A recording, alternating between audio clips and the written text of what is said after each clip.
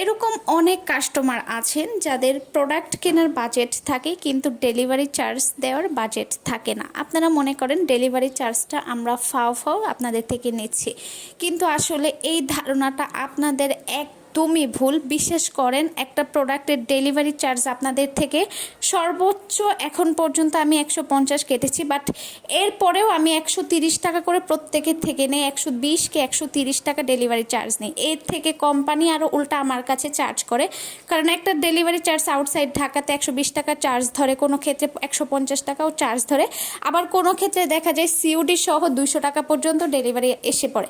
সেই খরচটা টোটালি আমি দিই, তার উপর হচ্ছে প্রোডাক্টের প্রাইস তো কমাইয়ে দিই, তার উপর আছে এখানে প্যাকিং খরচ।